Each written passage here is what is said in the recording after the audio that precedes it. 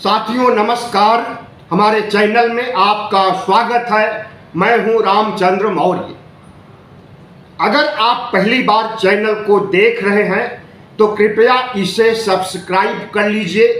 Video अच्छा लगे तो लाइक कीजिए, शेयर कीजिए और कमेंट कीजिए। साथियों, भारतीय जनता पार्टी के खिलाफ मोहन भागवत और संघ के खिलाफ भारतीय जनता पार्टी हो गई है। क्या भारतीय जनता पार्टी को संघ प्रमुख कमजोर करना चाहते हैं? क्या मोदी के रहते हुए संघ प्रमुख अपना अध्यक्ष भारतीय जनता पार्टी पर लाद सकते हैं? क्या प्रधानमंत्री नरेंद्र मोदी भागवत के इशारे पर राज करेंगे या फिर मोहन भागवत की हर बात को मानते हुए सरेंडर हो जाएंगे? आज हम इन्हीं सवालों का जवाब तलाश करने की कोशिश करेंगे, क्योंकि सत्ता के गलियारों में एक बहस चल रही है कि भारतीय जनता पार्टी और संघ के बीच घमासान तेज हो गया है। आर पार की लड़ाई के मूड में मोदी भी हो गए हैं और मोहन भागवत भी हो गए हैं। पिछले दिनों मोहन भागवत का बयान कि 75 की उम्र पूरी हो जाए तो साल ओढ़कर बाजू में खड़े हो जाना चाहिए, मतलब रिटायर्ड हो जाना चाहिए। तो यह नसीहत नरेंद्र मोदी को दी गई थी कि अब वह समय आ गया है, 75 साल पूरे कर रहे हो। जिस तरह से बीजेपी के तमाम नेताओं को 75 साल की उम्र में रिटायर्ड किया गया है, उसी तरह से आप भी रिटायर्ड हो जाओ मोदी जी, आने वाले 17 सितंबर को। लेकिन नरेंद्र मोदी रिटायर्ड के मूड में नहीं हैं। उन्होंने खुद तो जवाब नहीं दिया, लेकिन अपने एक चहेते सांसद, अपने एक पालतू सांसद निशिकांत दुबे, जो झारखंड से सांसद हैं, के कंधे पर बंदूक रख करके मोहन भागवत की तरफ निशाना साध दिया है नरेंद्र मोदी ने। निशिकांत दुबे ने एक पॉडकास्ट में कहा है, बयान दिया है कि प्रधानमंत्री नरेंद्र मोदी अगले 15-20 वर्षों तक रिटायर्ड नहीं होने वाले हैं। नरेंद्र मोदी को बीजेपी की जरूरत नहीं है, लेकिन बीजेपी को मोदी की जरूरत है। अगर हमारे मोदी नहीं हों तो भारतीय जनता पार्टी को 150 सीटें भी लोकसभा चुनाव में नहीं मिल सकती हैं। उनका यह पॉडकास्ट सिर्फ मोहन भागवत के लिए ही नहीं था, बल्कि उनके लिए भी था जो संघ से जुड़कर अपने लिए प्रधानमंत्री पद की कुर्सी तक पहुंचने का ख्वाब देख रहे हैं। वह चाहे नितिन गडकरी हो, वह चाहे योगी आदित्यनाथ हो, और वह चाहे कोई अन्य नेता हो जैसे राजनाथ हैं, और भी कई नेता हैं जो कि प्रधानमंत्री बनना चाहते हैं। संघ के साथ मिलकर के उनके लिए भी संदेश है कि 15-20 वर्षों तक शांत बैठे रहिए। प्रधानमंत्री नरेंद्र मोदी ने ही 2014 में मार्गदर्शक मंडल बनाया था कि जैसे ही कोई 75 साल का होगा, मार्गदर्शक मंडल में भेज दिया जाएगा और उस समय के तमाम नेताओं को, चाहे वह लाल कृष्ण आडवाणी हो, अटल बिहारी वाजपेयी हों, मुरली मनोहर जोशी हों और कई अन्य कद्दावर नेताओं को मार्गदर्शक मंडल में भेज दिया गया था। अब जब 17 सितंबर को नरेंद्र मोदी रिटायर्ड होने जा रहे हैं तो क्या मार्गदर्शक मंडल में जाएंगे?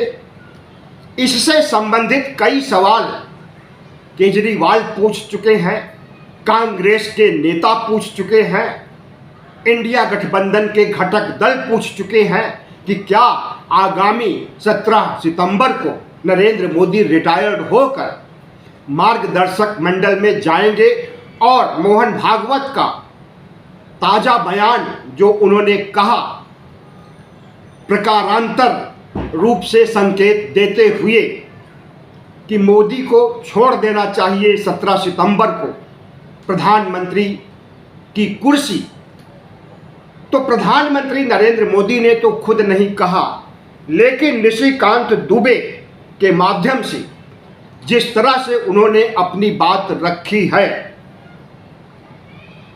हमें लगता है कि आज इसकी तह में जाना चाहिए। नरेंद्र मोदी और मोहन भागवत के बीच जुबानी जंग क्यों छिड़ी है, सबसे पहले इसी का विश्लेषण करना चाहिए। 2014 में जब नरेंद्र मोदी कोई कानून बनाते हैं, पार्टी का संविधान बनाते हैं और खुद ही उस कानून से मार्गदर्शक मंडल से पल्ला झाड़ लेते हैं, या बीजेपी के संविधान को बनाने के बाद उस संविधान को फॉलो न करें, तो प्रधानमंत्री नरेंद्र मोदी क्या पार्टी से बड़े हो गए? मोहन भागवत को मालूम होना चाहिए कि नरेंद्र मोदी न सिर्फ पार्टी से बड़े हैं, संघ से भी बड़े हैं, कायनात से भी बड़े हैं। वह साक्षात ईश्वर अपने को घोषित कर चुके हैं, नॉन बायोलॉजिकल अपने को घोषित कर चुके हैं, अपने माँ बाप की औलाद न होने की घोषणा नरेंद्र मोदी कर चुके हैं।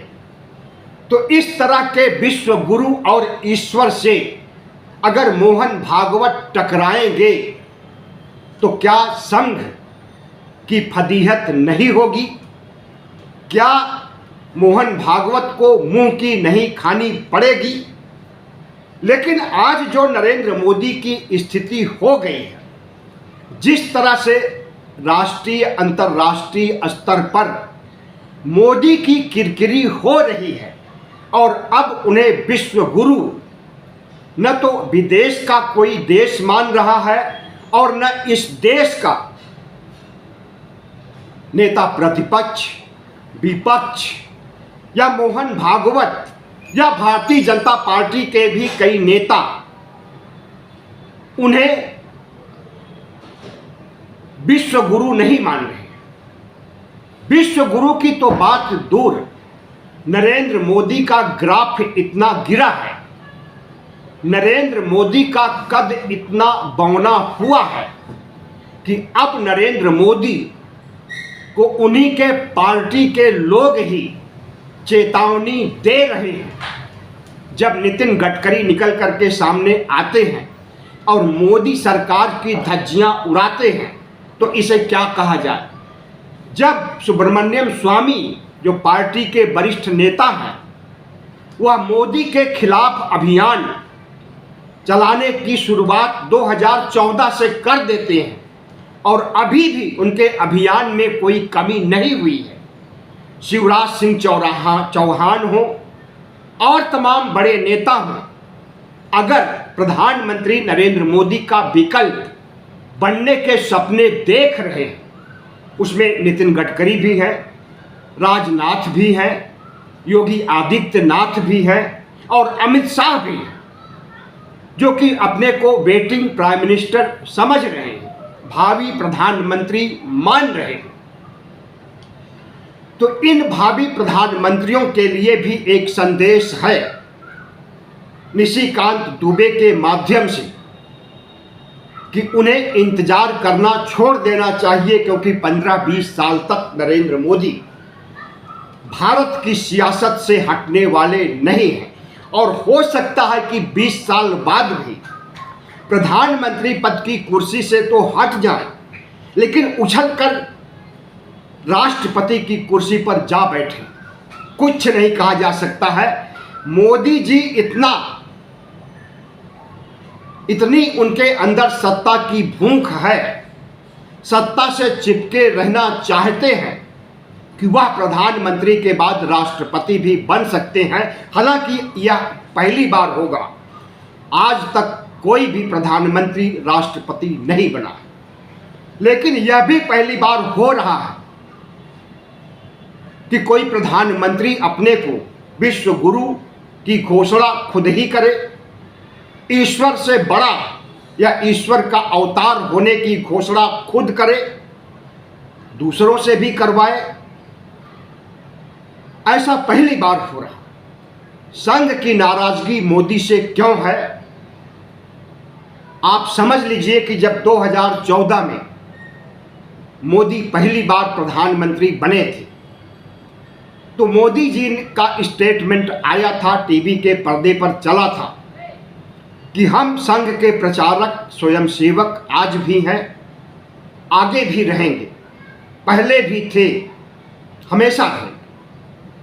उस समय संघ को काफ़ी उम्मीदें जगी कि हमारा यह स्वयंसेवक, हमारा यह प्रचारक अगर प्रधानमंत्री पद की कुर्सी पर बैठ गया तो आरएसएस के सबसे बड़े एजेंडे को, सपने को साकार जरूर करेगा।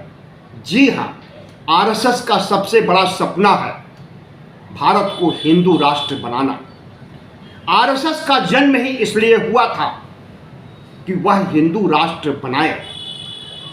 उस समय संघ प्रमुख मोहन भागवत को उम्मीद जगेगी कि अगले 5 वर्षों में या 10 वर्षों में भारत हिंदू राष्ट्र जरूर बनेगा, लेकिन भारत को हिंदू राष्ट्र बनाने की दिशा में नरेंद्र मोदी नहीं ले गए।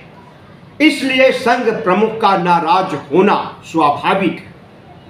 हिंदू राष्ट्र बनाने की तो बात दूर, संविधान को भी नहीं हटा सके नरेंद्र मोदी, और अगर संविधान को हटा देते, मनुस्मृति को लागू कर देते, तो हिंदू राष्ट्र बनाने की जरूरत नहीं पड़ती, अपने आप ही धर्मनिरपेक्ष भारत हिंदू राष्ट्र बन जाता।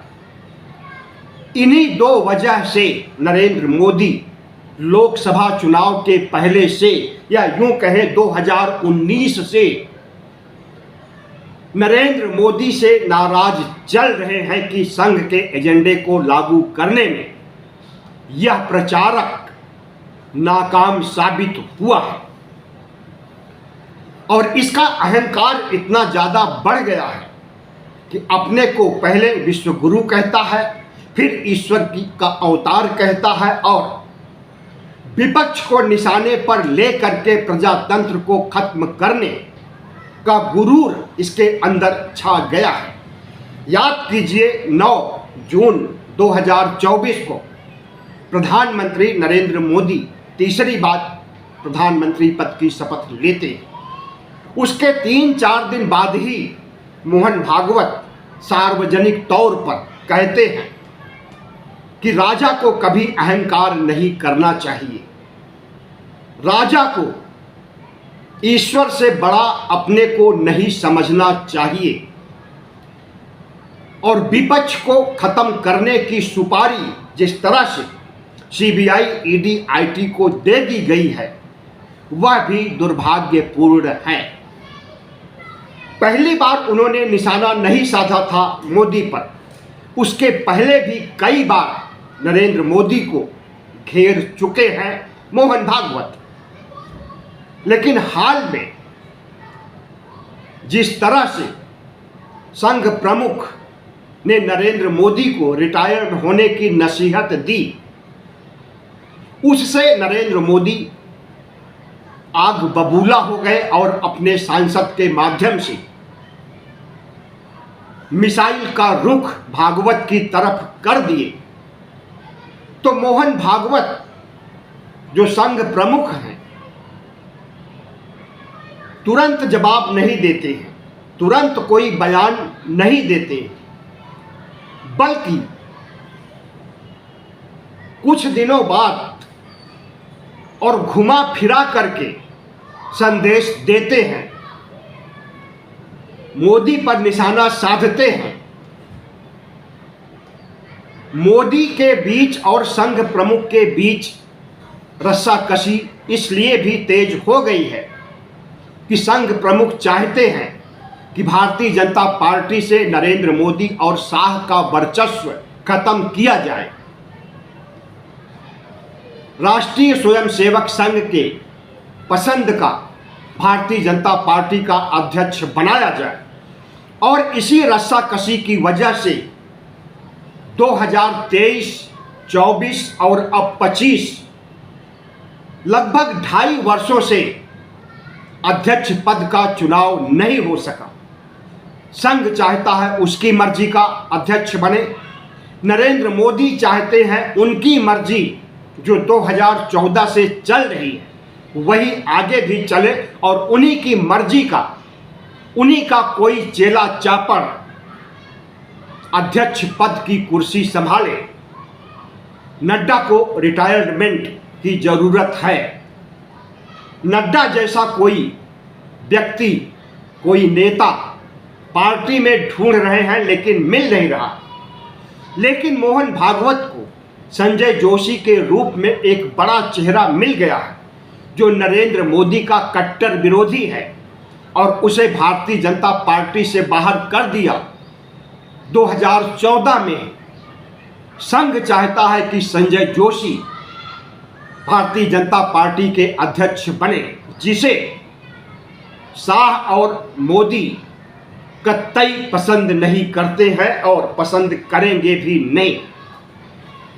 मोदी जिसे पसंद करते हैं, चाहे धर्मेंद्र प्रधान हो, भूपेंद्र यादव हो या और कोई दूसरे नेता हो जिसका नाम संघ के पास भेज रहे हैं, संघ उन नाम को रिजेक्ट कर रहा है। संघ की पसंद वसुंधरा राजे हैं जिनसे नरेंद्र मोदी की नहीं बनती है। संघ की पसंद शिवराज सिंह चौहान है जिससे नरेंद्र मोदी की नहीं बनती है। संघ की पसंद नितिन गडकरी है जो कि मंत्रिमंडल में होने के बावजूद मोदी के खिलाफ आए दिन बयान देते हैं। इस तरह से मोहन भागवत और नरेंद्र मोदी के बीच जो जुबानी जंग छिड़ी हुई है वह जंग तेज होती जा रही है। विपक्ष, पत्रकार और बुद्धिजीवी वर्ग सवाल उठा रहा है कि क्या भारतीय जनता पार्टी और संघ के बीच का टकराव बीजेपी को खत्म कर देगा? नरेंद्र मोदी और शाह का वर्चस्व भारतीय जनता पार्टी से संघ खत्म कर देगा? कुछ ऐसे ही हालात बने हुए हैं जिससे कि नरेंद्र मोदी अपने को कमजोर नहीं समझ रहे और संघ प्रमुख के सामने ताल ठोक रहे हैं, ललकार रहे हैं। लेकिन संघ प्रमुख भी झुकने वाले नहीं हैं। नरेंद्र मोदी का कहना है कि हमने संघ के कहने पर कश्मीर में धारा 370 लागू किया, वक्फ बोर्ड कानून बनाया, संशोधन किया जिसमें हिंदुओं की भागीदारी सुनिश्चित किया, मुसलमानों की प्रॉपर्टी हड़प लेने के लिए कानून बना दिया, समान नागरिक संहिता की बात मान लिया। कई राज्यों में समान नागरिक संहिता लागू हो चुकी है। उत्तराखंड एक उदाहरण है, मध्य प्रदेश में भी लागू है। वन नेशन वन इलेक्शन का प्रोग्राम भी आरएसएस ने बनाया था, उसे भी मान लिया है। उस पर भी कमेटी बनाई गई, कमेटी की रिपोर्ट आ गई है। अब उस पर देश भर में चर्चा छिड़ी हुई है। तो संघ हमसे क्या क्या करवाना चाहता है और संघ की हम मांग कैसे मान सकते हैं कि धर्मनिरपेक्ष भारत को हिंदू राष्ट्र बना दे। मोदी हाथ खड़े कर चुके हैं संघ के सामने कि हम न तो संविधान हटा सकते हैं, न भारत को हिंदू राष्ट्र बना सकते। इसलिए मोहन भागवत मोदी के सरेंडर से चाहते हैं कि अपनी पसंद का प्रधानमंत्री बनाया जाए, बीजेपी अध्यक्ष बनाया जाए और उसे हिंदू राष्ट्र बनाने, संविधान खत्म करने, मनुस्मृति लागू करने की हिदायत दी जाए और इस मिशन पर तेजी से वह काम करे और 2-4 वर्षों के अंतर्गत भारत हिंदू राष्ट्र बन जाए। हम समझते हैं कि मोहन भागवत और नरेंद्र मोदी के बीच का झगड़ा क्या देश की सियासत को बदल देगा, भारत के कलेवर को बदल देगा, लोकतंत्र को खत्म कर देगा, धर्मनिरपेक्ष भारत को हिंदू राष्ट्र में तब्दील करने की मोहन भागवत की नीयत, संविधान को खत्म करने की, मनुस्मृति लागू करने की मोहन भागवत की नीयत क्या संघ के वजूद को खत्म करने के लिए काफी नहीं है? जी हां, संविधान और लोकतंत्र की नींव बहुत गहरी है।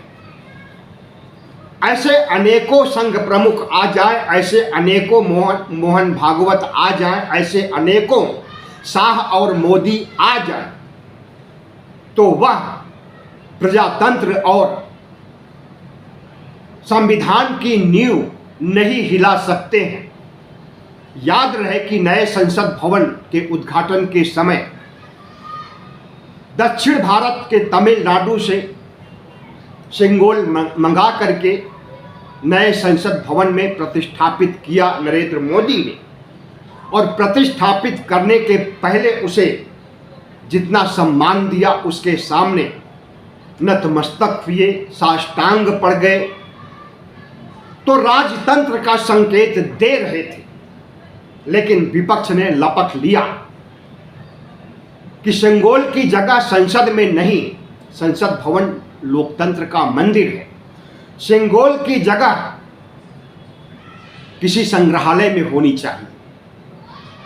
तो क्या संसद भवन में सिंगोल की राजतंत्र की स्थापना करके पूरे देश में राजतंत्र लाना चाहते हैं नरेंद्र मोदी? मोदी और शाह बैकफुट पर आ गए, लेकिन प्रधानमंत्री नरेंद्र मोदी झुकने वालों में से नहीं है, संघ के सामने बोलते नहीं हैं, किसी से अपनी बात जरूर रखवाते हैं और 2 टूक जवाब देते हैं।